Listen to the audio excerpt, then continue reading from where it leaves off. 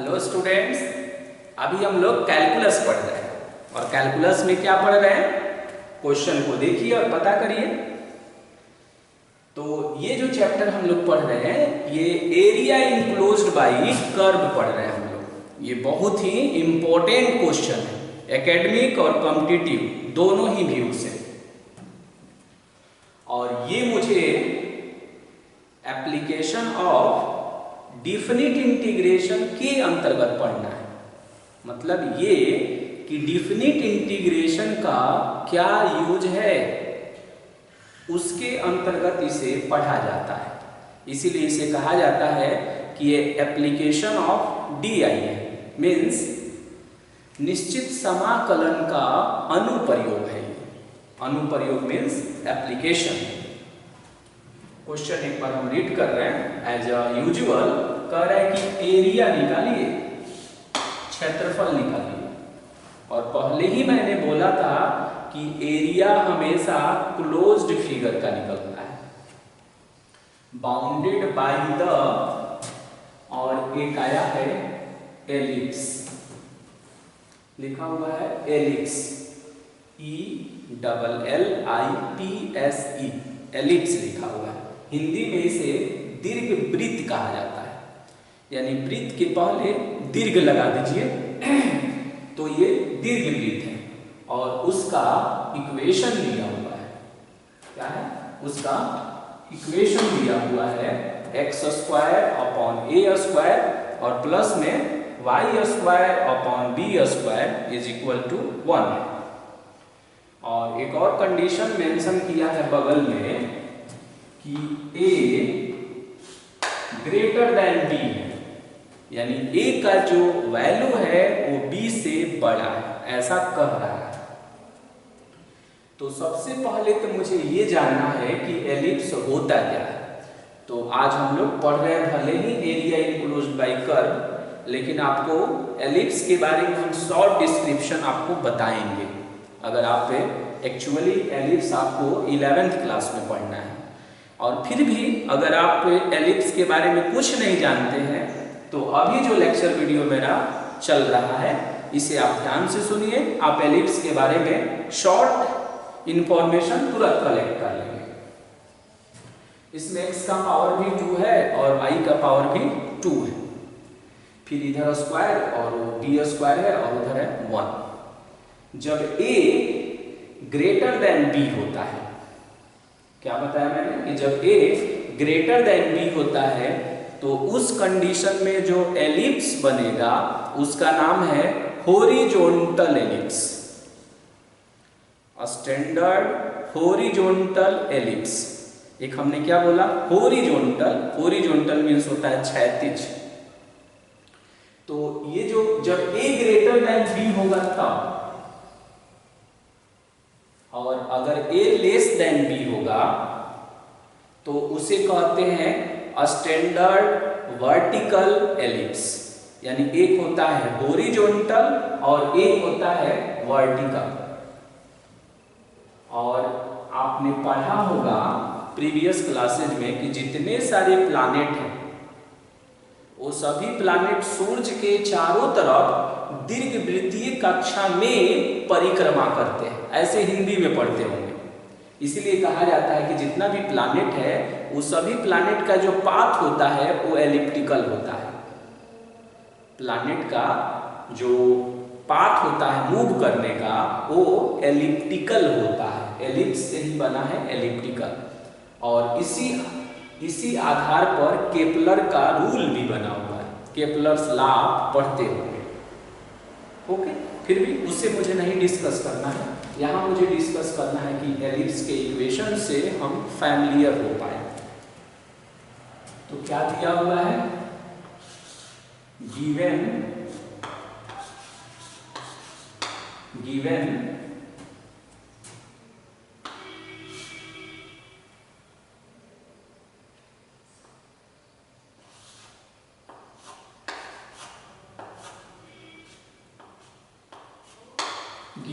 SHE, C याद रखिएगा इसे, ही सी जो पढ़ते हैं ना तो C याद रखिए। स्टैंडर्ड हॉरिजॉन्टल एलिप्स, सही है। और स्टैंडर्ड हॉरिजॉन्टल एलिप्स कितना है, x square upon a square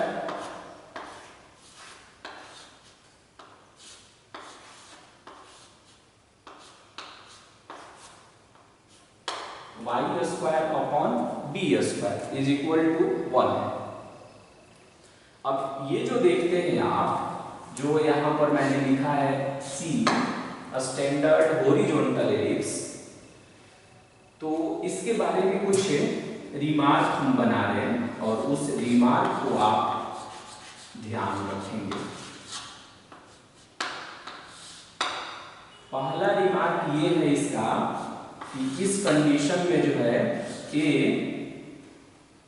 पहले ए क्या बताता है, तो ए को लिख रहे हैं हम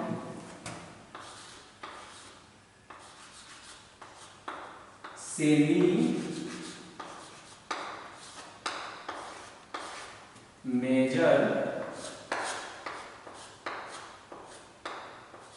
एक्सिस। क्या है ये, सेमी मेजर एक्सिस है। उसी तरह स्मॉल बी के बारे में बताइए, तो इसे बोलते हैं हम सेमी माइनर और सेमी माइनर एक्सिस। स्मॉल ए का क्या नाम है, अभी फिगर ड्रा करेंगे तो वहां देखेंगे, फिलहाल अभी नाम याद रखेंगे। स्मॉल ए को क्या बोलते हैं, सेमी मेजर एक्सिस। बी को क्या बोलते हैं, सेमी माइनर एक्सिस। दूसरी इंफॉर्मेशन कि अगर ऐसा हो जाए कि ए ग्रेटर देन बी हो जाए, तो ए ग्रेटर देन जब बी होगा तो इससे बनता है सी स्टैंडर्ड हॉरिजॉन्टल एलिप्स बनता है। और वहीं अगर ए लेस देन बी हो जाए, क्या हो जाए, ए लेस देन, तब बनेगा स्टैंडर्ड वर्टिकल एलिप्स। ये सेंस है इसका। तीसरी इंफॉर्मेशन इसमें ये याद रखेंगे कि फर्स्ट वाले केस में, यानी जब सी होता है, सी वाले कंडीशन में बी स्क्वायर जो होता है वो इसके इक्वल होता है 1 माइनस और e square. B square is equal to कितना मैंने लिखा, ए स्क्वायर और 1 माइनस ई स्क्वायर। चौथी इंफॉर्मेशन उसकी आप ये याद रखेंगे कि स्मॉल ई जो देख रहे हैं इसको हम इक्सेंट्रिसिटी कहते हैं।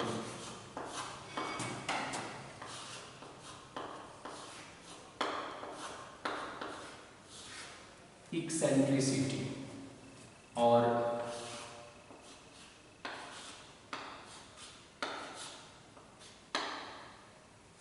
ई का जो वैल्यू होता है वो 0 और 1 के बिटवीन में होता है।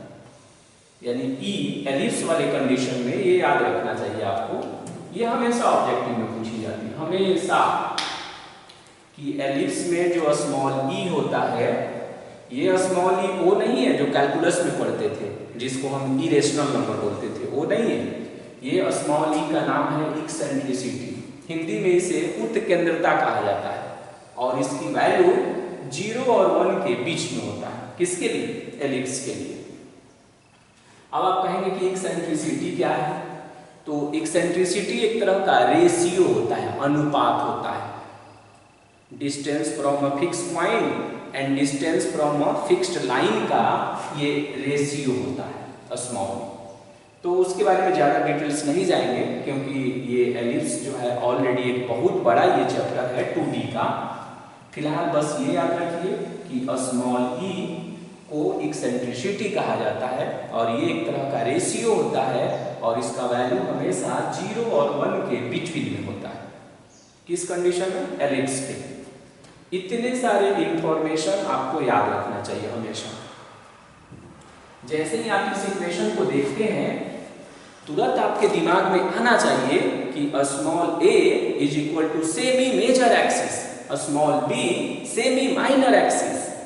If a greater than b then it is called a standard horizontal ellipse, and if a less than b then a standard vertical ellipse, and b square is equal to a square 1 minus e square।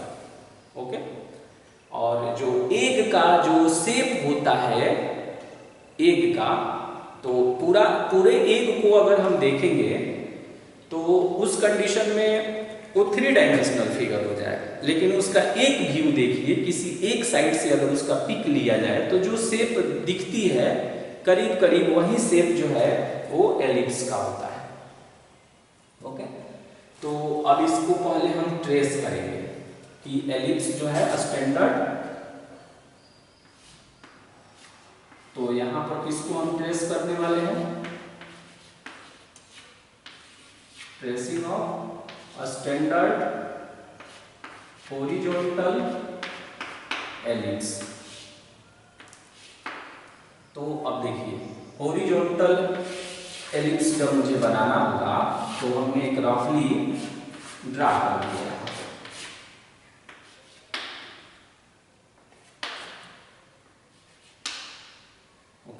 ये क्या हो गया आपका horizontal ellipse हो गया।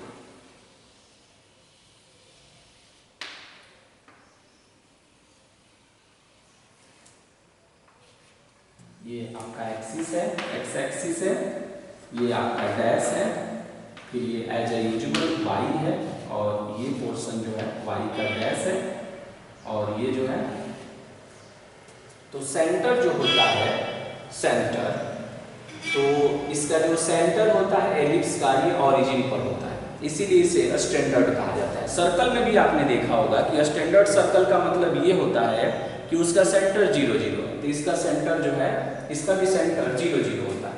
और figure जो है थोड़ा और अच्छे से बनाएंगे, हमने ऐसे ही रफली एक बनाया है। अब इसमें देखिए ये पूरा जो पोर्शन देख रहे हैं इसको हमने ए माना, और ये वाले पोर्शन को ए डैश, इसको हमने कह दिया बी, और इस पोर्शन को हमने कह दिया बी का डैश। तो ए से लेकर ए डैश जो देख रहे हैं आप, या यूं कहें ए डैश ए, ये 2a के इक्वल होता है, और इसका नाम इसको कहता है कि ये मेजर एक्सिस है। क्या है ये? Major axis. और B से लेकर B डैश ये 2b के इक्वल होता है, ऐसा एजम्पशन है इसमें। तो इसे हम कहते हैं कि ये माइनर एक्सिस है, यानी ये जो पोर्शन देख रहे हैं यहां से लेकर यहां तक, ये पूरा को माइनर एक्सिस कहा जाता है। और ये जो है बड़ा दिख रहा होगा तो इसे हम कहते हैं मेजर एक्सिस कहते हैं। और सोचिए कि ये पूरा 2a है, तो ये पोर्शन कितना हाफ है उसका, क्योंकि सिमेट्रिकल होता है बोथ साइड में, वाई एक्सिस के अबाउट भी सिमेट्रिकल होता है और एक्स एक्सिस के अबाउट भी सिमेट्रिकल होता है। तो ये पूरा अगर 2a है तो ये पोर्शन हो जाएगा आपका ए,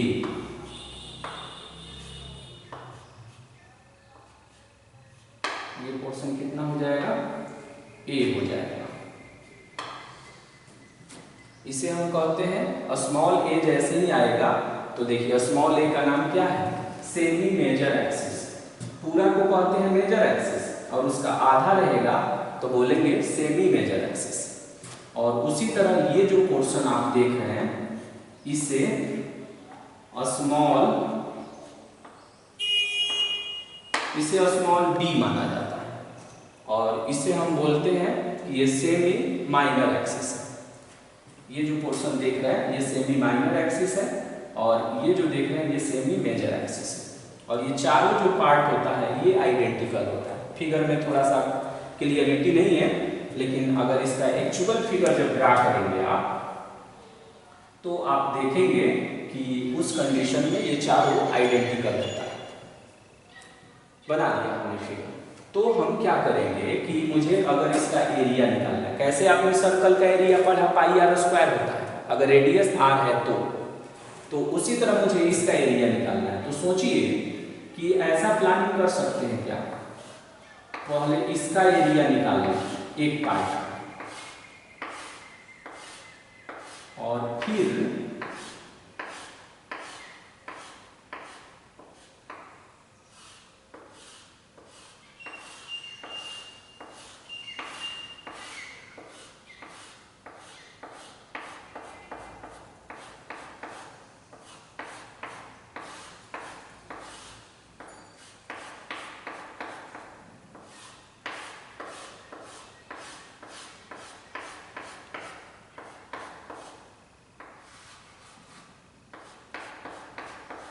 देखिए इसका एरिया अगर हम कैलकुलेट कर लें, और इसका एरिया कैलकुलेट करने के बाद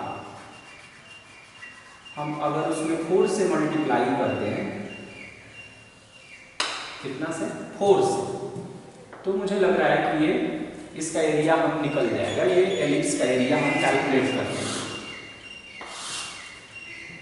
अब ऑरिजिन है तो ऑरिजिन का कोऑर्डिनेट कितना होगा, 0 0 अंडरस्टूड है। कैपिटल ए का कोऑर्डिनेट बताइए कितना होगा, स्मॉल ए 0 होगा। कैपिटल ए का कोऑर्डिनेट कितना हो जाएगा, स्मॉल ए 0। तो एरिया निकालने के लिए क्या करते हैं, एक एंड पॉइंट से हम परपेंडिकुलर खींचते हैं, दूसरे वाले एंड पॉइंट से भी परपेंडिकुलर खींचते हैं एक्स एक्सिस पर। तो यहाँ हमने लंब खींच दिया, यहाँ नहीं खींच सकते क्योंकि ये ऑलरेडी सटा हुआ है, और दोनों के एक्स कोऑर्डिनेट को हम देखते हैं यहाँ पर। तो इसका एक्स कोऑर्डिनेट है 0 और इसका एक्स कोऑर्डिनेट है a।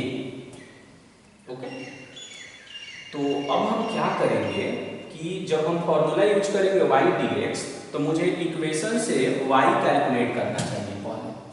देखिए ये इक्वेशन कितना था, इक्वेशन है x स्क्वायर अपॉन में a स्क्वायर प्लस में y स्क्वायर अपॉन में b square is equal to 1। तो y square upon b square is equal to 1 minus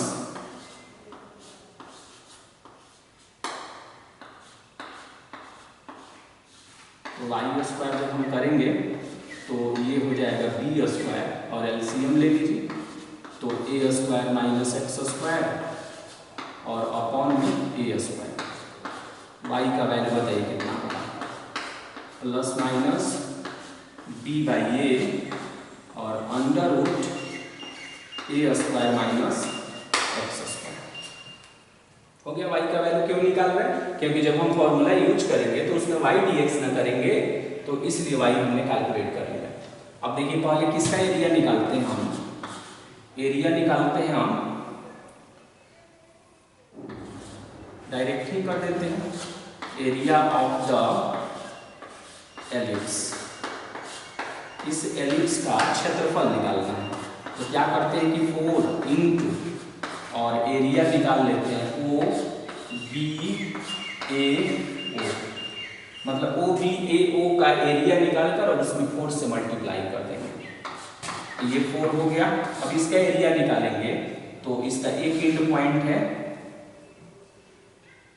देखिए इसका एक्स कोऑर्डिनेट 0 और इसका एक्स कोऑर्डिनेट कितना है a, तो 0 से a और ये हो जाएगा y dx। तो 4 हो गया और 0 से a हो गया। y का वैल्यू देख लीजिए कितना है, तो हम पॉजिटिव में ही लेते हैं क्योंकि वहाँ नेगेटिव लेने से कोई बेनिफिट नहीं होता है। a square minus x square dx। तो अब ये पोर्शन जो है टर्म होकर ऐसे हो जाएगा 4b अपॉन a,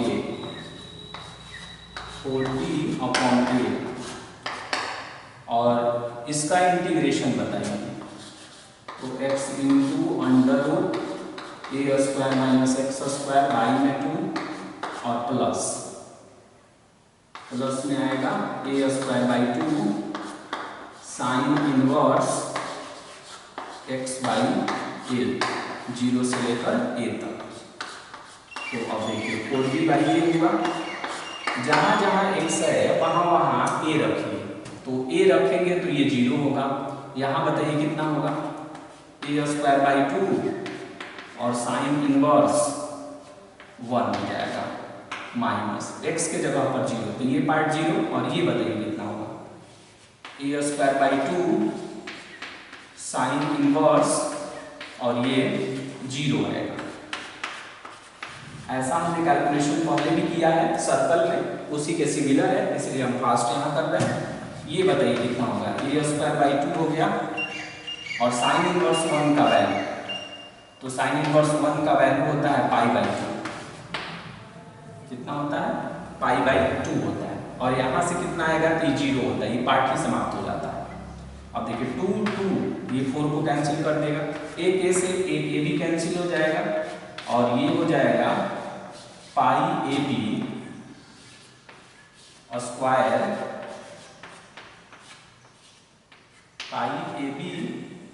यूनिट्स हो गए। यानी जैसे आपने सर्कल का एरिया आप याद रखते हैं कि πr² होता है, उसी तरह इसका एरिया याद रखेंगे आप कि πab² होता है। जहां पर a क्या है तो आप बोलेंगे semi major axis, small b क्या है, सेमी माइनर एक्सिस है, और हो गया। और एक बात और आप देखेंगे, एक बार सीबीएसई में क्वेश्चन पूछा गया था कि आप एलिप्स का एरिया निकालिए। किसका एरिया निकालिए, एलिप्स का। और जब एलिप्स का एरिया निकल जाए तो उसके हेल्प से सर्कल का एरिया डिडक्ट कीजिए। सुनिएगा ध्यान से क्या कहना चाह रहे हैं। हमने कहा कि पहले एलिप्स का एरिया निकालिए और उसकी सहायता से सर्कल का एरिया प्राप्त करिए। यानी एलिप्स के एरिया से सर्कल के एरिया का निगमन कीजिए, डिडक्ट कीजिए। तो देखिए ये एलिप्स है और हम चाहते हैं कि इसे सर्कल बना दें। तो सोचिए कि अगर ये एक्सपेंडेबल होता, अगर हम कुछ देर के लिए सोचे कि ये जो शेप है वो रबर का है, तो और इधर से हम इसमें कंप्रेशन शुरू करते हैं, इधर से और इधर से। कंप्रेशन शुरू करने का मतलब क्या हुआ कि ऐसे हम प्रेस करते हैं इससे। क्या बोला मैंने कि ये जो एलिप्स का ये जो मेजर पार्ट है उसको हम ऐसे पुश करेंगे। देखिए ऐसे यहाँ पर करके यहाँ पर हमने कर दिया और ऐसे फोर्स लगाएंगे। तो सोचिए कि जब इसे आप ऐसे कंप्रेस करेंगे तो ये वाला पोर्शन ऐसे ऊपर जाएगा क्या, और ये वाला पोर्शन ऐसे नीचे जाएगा, एक्सपैंड होकर।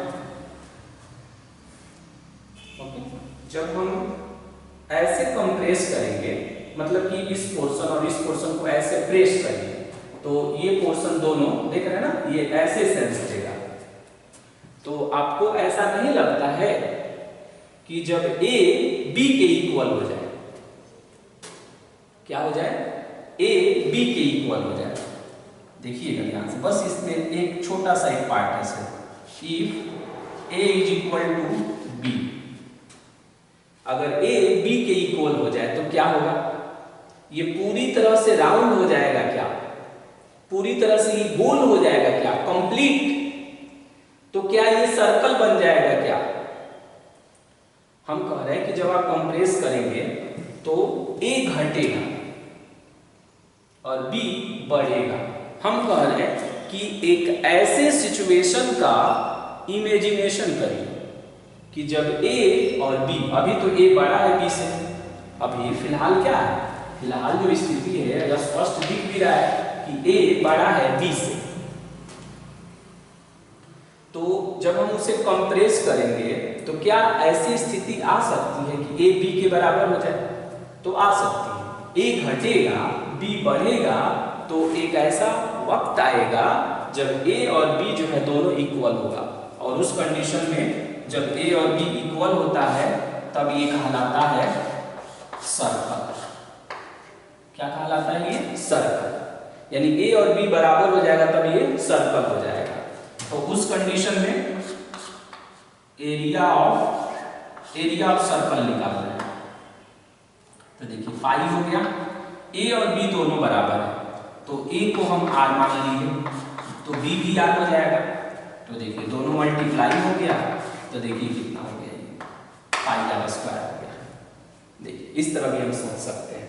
तो जब वो ऐसा क्वेश्चन आएगा कि एलिप्स का एरिया निकालिए और फिर उसी के हेल्प से सर्कल का एरिया डिडक्ट करिए तो बस इतना स्टेप आपको जोड़ देना होगा और इसमें ऐसे दिखा देना होगा एरो साइन से कि जब ये ऐसे कंप्रेस होगा तो ये पोर्शन ऐसे मूव करेगा और एक ऐसी स्थिति आएगी जब ए और बी इक्वल होगा उस टाइम हम स्टॉप कर देंगे फोर्स लगाना, कंप्रेस करना और तब ये सर्कल बन जाएगा।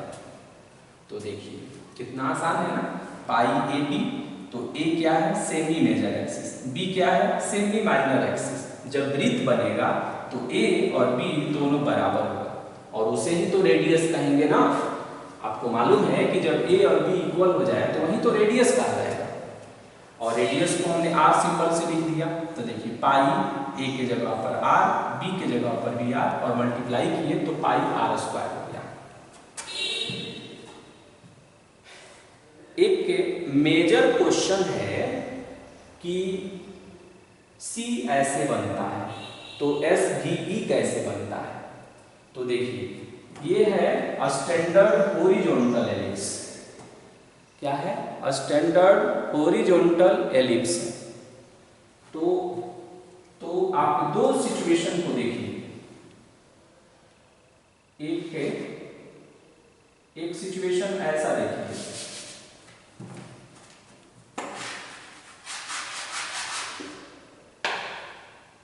क्या बोला मैंने कि एक है ऐसा सिचुएशन का इमेजिन करिए, ओके। और एक जो है ऐसे सिचुएशन का इमेजिन करिए।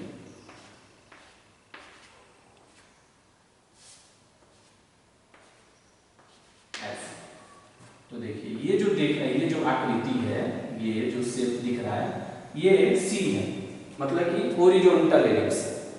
जस्ट लाइक एग को नॉर्मल सिचुएशन में रख दिए और एग को जब ट्रे में रखते हैं तो जो इस तरह से शेप आती है वो वर्टिकल हो गया।